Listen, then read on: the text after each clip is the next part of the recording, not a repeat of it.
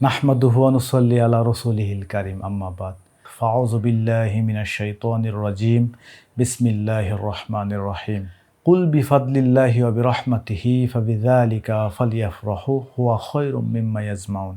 সম্মানিত দর্শক শ্রোতা, দূরে কাছে দেশে বিদেশে যে যেখান থেকে আমাকে দেখছেন সবাইকে আন্তরিক মুবারকবাদ জানাচ্ছি। আমি অনেক দিন ধরে সোশ্যাল মিডিয়ায় কোনো ভিডিও আপলোড করি না। আজ আমার মনে হলো যে কিছু কথা বলি, তাই চলে আসলাম। সোশ্যাল মিডিয়ার মধ্যে আমি দেখতে পেলাম যে বর্তমানে ঈদে মিলাদুন্নবী নিয়ে কটাক্ষ করা হচ্ছে এবং সেখানে বিভিন্ন ধরনের যুক্তি তুলে ধরা হচ্ছে। তাই ভাবলাম আমরা সে বিষয় নিয়ে একটু কথা বলি। দেখুন, এই বাংলাদেশে সরকার বিরোধী একটি দল রয়েছে। তারা আমাদেরকে কটাক্ষ করে ঈদে মিলাদুন্নবী সম্পর্কে অনেক কথাই তারা বলে থাকে, কিন্তু আমরা তাদেরকে এই কথা জবাব দেওয়া ছাড়া কখনোই বলি না।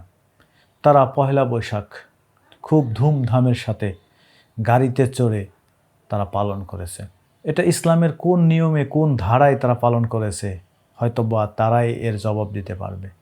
তো এটা তাদের কাছে জায়েজ হয়ে যায়, আর ঈদে মিলাদুন্নবী তাদের কাছে জায়েজ হয় না, আমার বোধগম্য হয় না। এরপরে বাংলাদেশে আরেকটি বড় দল রয়েছে কওমি ধরনার।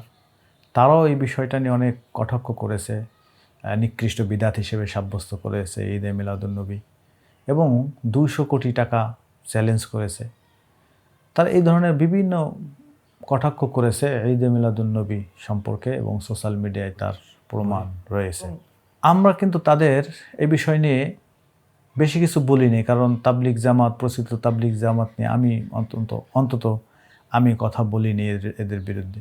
কারণ সেখানে তারা নামাজ এবং বিভিন্ন ইবাদতের মাধ্যমে সেখানে সেই অনুষ্ঠানটা পরিচালনা করে থাকে এবং আমার কাছে মনে হয়েছে যে দিকটা ভালোই, কারণ সেখানে মানুষ অন্তত হলেও একটি লেবাস তাদের রয়েছে, সেখানে নামাজ এবং বেশ কিছু নিয়ম কানুন তারা শিখে।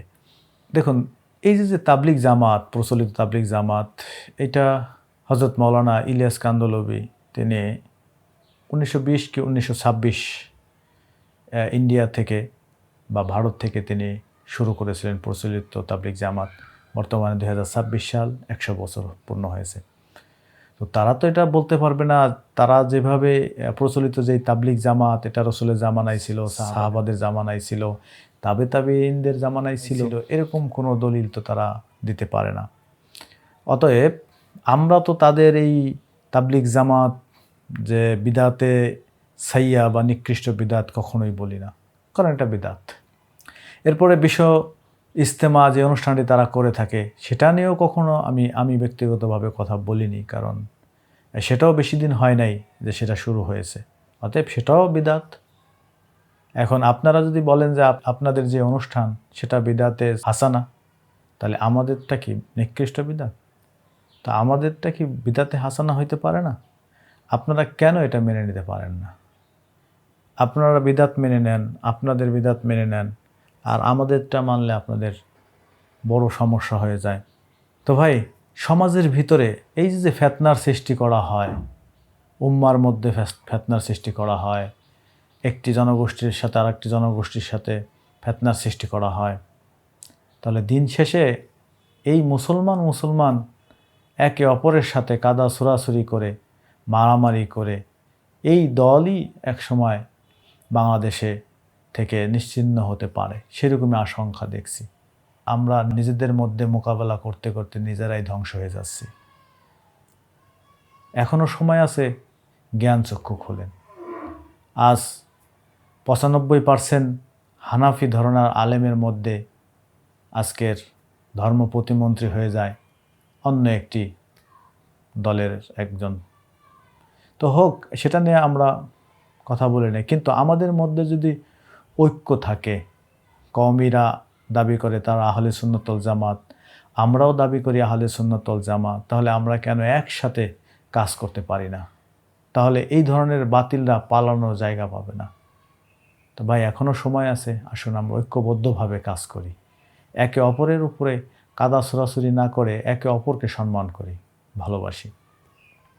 আমরা ঈদে মিলাদুন্নবী কেন উদযাপন করি এবং আনন্দ প্রকাশ করি। আল্লাহ পাক রব্বুল আলামিন সূরা ইউনূস আয়াত নম্বর 58 সেখানে তিনি বলেন, কুল বিফাদলিল্লাহি ওয়া বিরহমাতিহি ফাবিযালিকা ফালিয়াফরাহু হুয়া খায়রুম মিম্মা ইয়াজমাউন। যে হে রাসূল, আপনি বলে দেন আমার পক্ষ থেকে যে অনুগ্রহ, রহমত বা ফদল পেলে তাতে তোমরা আনন্দ প্রকাশ করো। তাহলে সেখানে তো আমরা আনন্দই প্রকাশ করি। ইবনে আব্বাস রাদিয়াল্লাহু তাআলা আনহু তিনি তাফসির করেছেন, তিনি বলেন যে এই ফদল এবং অনুগ্রহ, রহমত এটা হচ্ছে আল্লাহ রাসূল সাল্লাল্লাহু আলাইহি সাল্লাম। তাই তো আমরা তার আগমনে আনন্দ করি, উৎসব করি, গরিব দুঃখীকে খাওয়াই। এটাকে যে আপনার নিকৃষ্ট বেদাত বলেন, তাহলে আপনারটাও তো নিকৃষ্ট বেদাত হয়ে যায়। সেটা চিন্তা ভাবনা করেই তো বলতে হবে। আপনার সমস্যা রয়েছে, আপনি আর একজনের সমস্যার কথা বলতেছেন। আপনার মাথা ব্যথা, আপনি বলতেছেন যে আর একজনের মাথা ব্যথা। তাহলে আপনার মাথা ব্যথা আগে ঠিক করেন, তারপর আরেকজনেরটা ঠিক করতে আসবেন। আল্লাহ জানেন যে দুনিয়ার মধ্যে কিছু মানুষ বলবে যে এই রহমত দ্বারা আল্লাহ রসুলকে বোঝানো হয়নি। তাই আল্লাহ পাক রব্বুল আলামিন সূরা আম্বিয়ার 7 নম্বর আয়াতে তাদের উদ্দেশ্য করে বললেন, জামা আরসালনাকা ইল্লা রাহমাতাল লিল আলামিন, যে সমস্ত সৃষ্টির উপরে আল্লাহ রাসূল সাল্লাল্লাহু আলাইহি সাল্লামকে ভূমণ্ডল, নবমণ্ডলের উপরে কি করেছেন? রহমত স্বরূপ প্রেরণ করেছেন। তাহলে যেই রহমত আমরা পাইলাম সেটাকে পেয়ে আনন্দ প্রকাশ করব না? তো সেটাই আমরা আনন্দ প্রকাশ করি। তো আল্লাহ রাসূল সাল্লাল্লাহু আলাইহি সাল্লাম তিনি নিজেই সোমবারের দিন রোজা রেখে তিনি তার আগমনের দিন স্মরণ করেছেন। সাহাবারা জিজ্ঞাসা করলেন, ইয়া রাসূলুল্লাহ, আপনি সোমবারের দিন কেন রোজা রাখেন? আল্লাহ রাসূল সাল্লাল্লাহু আলাইহি সাল্লাম বললেন, সোমবারের দিন আমি পৃথিবীতে আগমন করেছি এবং সোমবারের দিন আমার উপরে আয়াত নাজিল হয়েছে। তো আল্লাহ রাসূল সাল্লাল্লাহু আলাইহি সাল্লাম তো নিজেই তিনি পালন করলেন বা স্মরণ করলেন এই দিনের কথা, যেদিন তিনি আগমন করেছেন। উলিদা রসুল্লাহ সাল্লাল্লাহু আলাইহি ওয়াসাল্লাম আম্মাল ফিল ইয়াউমিল ইসনাইনে সানি আশরা মিন শাহরি রবিউল আউয়াল। আল বিদায়া ওয়ান নিহায়ার মধ্যে 337 পৃষ্ঠার মাঝে এই হাদিসটা উল্লেখ রয়েছে এবং অসংখ্য হাদিস গ্রন্থের মধ্যে এই হাদিসটা উল্লেখ রয়েছে এবং প্রসিদ্ধ মত, সকলের ঐক্যমতে 12ই রবিউল আউয়ালে রাসূল পাক সাল্লাল্লাহু আলাইহি সাল্লামের তার কি হয়েছে? আগমন ঘটেছে এবং এই দিনেই তিনি দুনিয়া থেকে পর্দা করেছেন। আল্লাহ রাসূল সাল্লাল্লাহু আলাইহি সাল্লাম 12ই রবিউল আউয়ালে জন্মগ্রহণ করেছেন এবং পৃথিবীতে আগমন করেছেন, এটাই প্রসিদ্ধ মত। তাহলে আমরা 12ই রবিউল আউয়াল যে মাসটি এবং এই মাসটিতেই, এই তারিখেই আমরা আল্লাহ রাসূল সাল্লাল্লাহু আলাইহি সাল্লামের এই আগমন দিনকে উপেক্ষা করে আমরা আনন্দ প্রকাশ করে থাকি, র্যালি করে থাকি। তো আপনারা র্যালি করলে দোষ নাই, আপনারা প্রচলিত তাবলিগ জামাত মানলে দোষ নাই, বিশ্ব ইজতেমা মানলে দোষ নাই, খতমে বুখারী মানলে দোষ নাই, বা আপনাদের কাজে কোনো দোষ নাই, যত দোষ আমাদের। তো আসুন আমরা ঐক্যবদ্ধভাবে এই ঈদে মিলাদুন্নবীকে মানি এবং আমরা ঐক্যবদ্ধ হয়ে বাংলাদেশে কাজ করি, দেখবেন বাতিলরা পলানোর জায়গা পাবে না। তো বন্ধুরা, আমার কথায় কেউ কষ্ট পাবেন না, রাগ করবেন না, আর অযথা কেউ গালিগালাজও করবেন না। কারণ যদি অশ্লীল ভাষায় কেউ গালিগালাজ করেন তাহলে সেটা হবে মুনাফিকের আলামত। তো মুনাফিকরা জাহান্নামের নিম্ন স্তরে থাকে।